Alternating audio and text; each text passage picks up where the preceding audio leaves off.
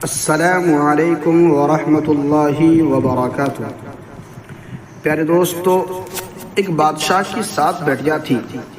ایک دن بادشاہ بہت خوش ہوتا ہے اور اپنی ساری بیٹیوں کو بلا کر کہتا ہے کہ میں تم سے ایک سوال پوچھوں گا، اگر صحیح جواب دو گی تو تمہاری پسند کا انعام بھی تمہیں ملے گا۔ تو چلو سب ایک ہی لائن میں کھڑی ہو جاؤ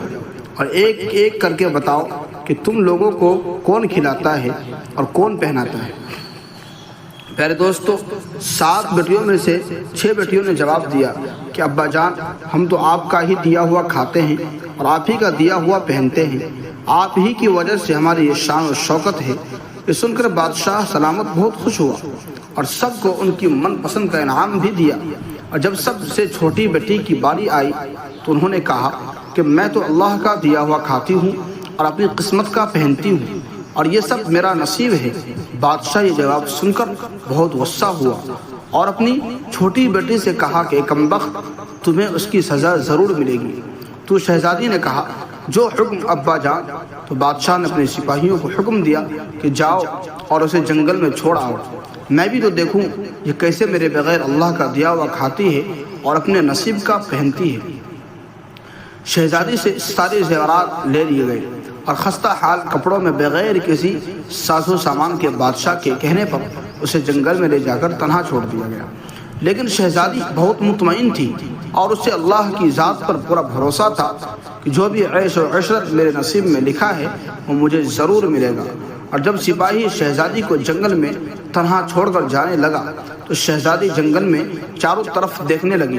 چاروں طرف جنگل ہی جنگل تھا۔ دوپہر سے شام ہونے والی تھی تو شہزادی نے سوچا کیوں نہ تھوڑی سی لکڑیاں جمع کر لوں تاکہ رات کو آگ جلاؤں گی،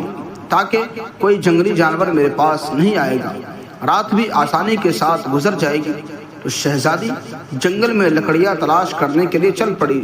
تبھی اس کی نظر ایک جھونپڑی پر پڑتی ہے جہاں باہر ایک بکری بندھی ہوئی تھی اور اندر سے کسی کی کھانسنے کی آواز آ رہی تھی۔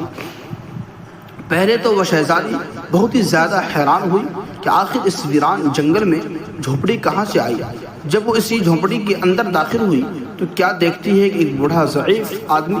4 پائے پر لیٹا ہے اور کھانستے کھانستے پانی پانی پکار رہا ہے۔ تو شہزادی کمرے میں ادھر ادھر دیکھتی ہے تو ایک کونے میں پانی کا ایک گڑھا رکھا ہوا ہوتا ہے، تو وہ ایک گلاس میں پانی بھر کر وہ بوڑھے شخص کو پلاتی ہے اور اس جھونپڑی کی صاف صفائی کرنے لگتی ہے۔ اتنے میں وہ بوڑھا آدمی شہزادی سے پوچھتا ہے کہ بیٹی، تم کون ہو، کہاں سے آئی ہو اور اتنے ویران جنگل میں تم اکیلے کیا کر رہی ہو؟ تو شہزادی نے اپنا پورا معاملہ اسے بتایا کہ وہ 100 ویران جنگل میں کیسے پہنچی ہے۔ تو وہ بوڑھا آدمی شہزادی کو جھونپڑی میں رہنے کی اجازت دیتا ہے اور کہتا ہے کہ میں شہر میں کام کرتا ہوں اور صبح شہر چلا جاؤں گا اور 8 دن کے بعد آؤں گا، ہم یہیں پر رہو، اور جھونپڑی میں کھانے پینے کا سامان بھی موجود ہے۔ پاس ہی میں ہی ایک ندی ہے، تم وہاں سے گڑھے میں پانی بھر کر لے آنا۔ پیارے دوستو، صبح کو وہ بوڑھا آدمی شہر چلا جاتا ہے اور جھونپڑی میں شہزادی اکیلے رہ جاتی ہے۔ وہ جھونپڑی کو صاف صفائی کر کے بکری کا دودھ نکالتی ہے، آدھا اپنے لیے رکھتی ہے،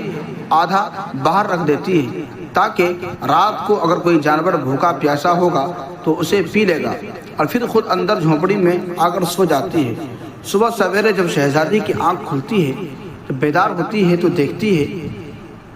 کہ دودھ کا برتن تو خالی ہے، لیکن اس کے قریب ہی کوئی لال چیز پڑی ہوئی ہے جو دیکھنے میں بہت ہی نایاب اور قیمتی معلوم ہوتی ہے، اور پاس میں ہی ایک سانپ کا نشان بھی نظر آتا تھا۔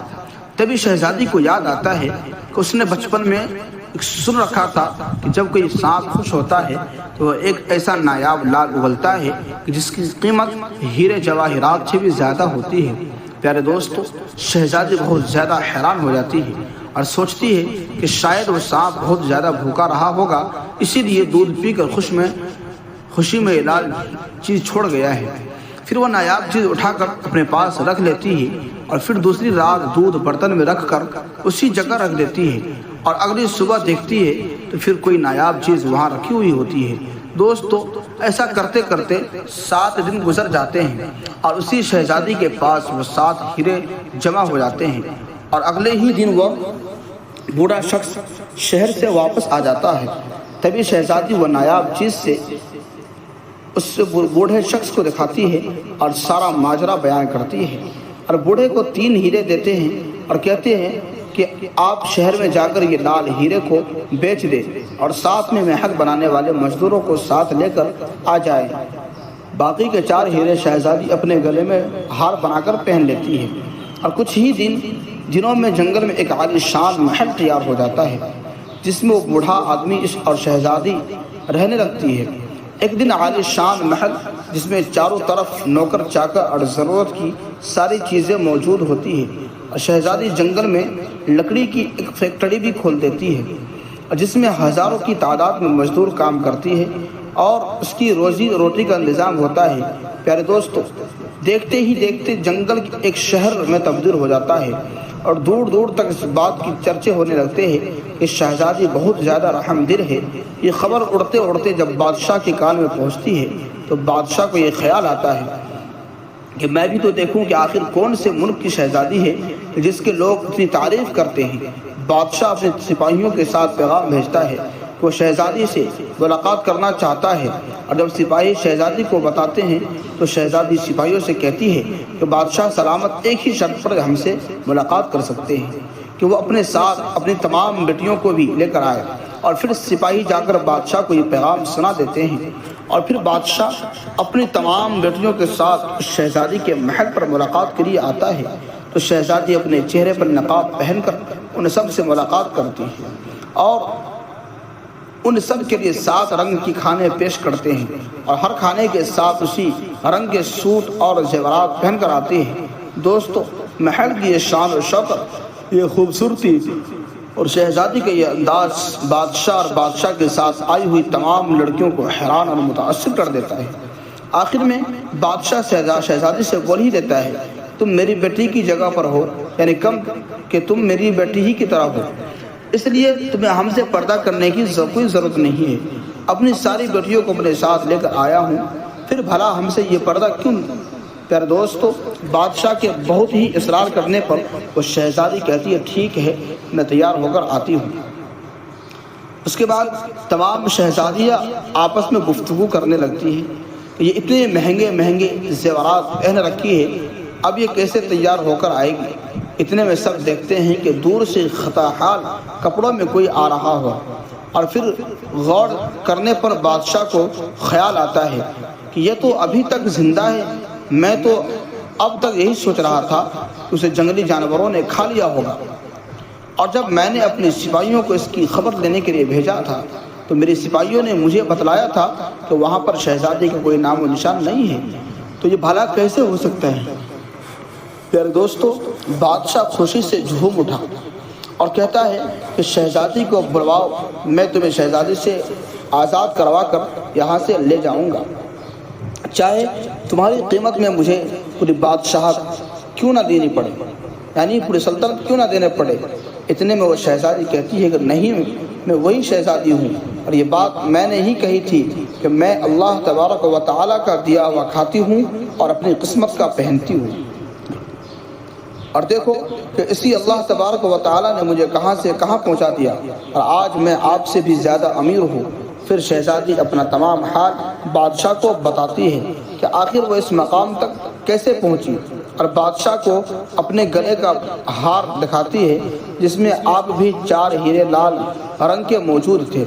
یہ سنتے ہی سارے شہزادی دل ہی دل میں رشک کرنے لگتی ہے اور کہنے لگتی ہے کاش ہم نے بھی یہی کہا ہوتا کہ ہم اللہ کا دیا ہوا کھاتے ہیں اور اپنی نصیب کا پہنتے ہیں۔ دوستو، ہم سب کو بھی ہمیشہ اللہ پاک کی ذات پر یقین رکھنا چاہیے،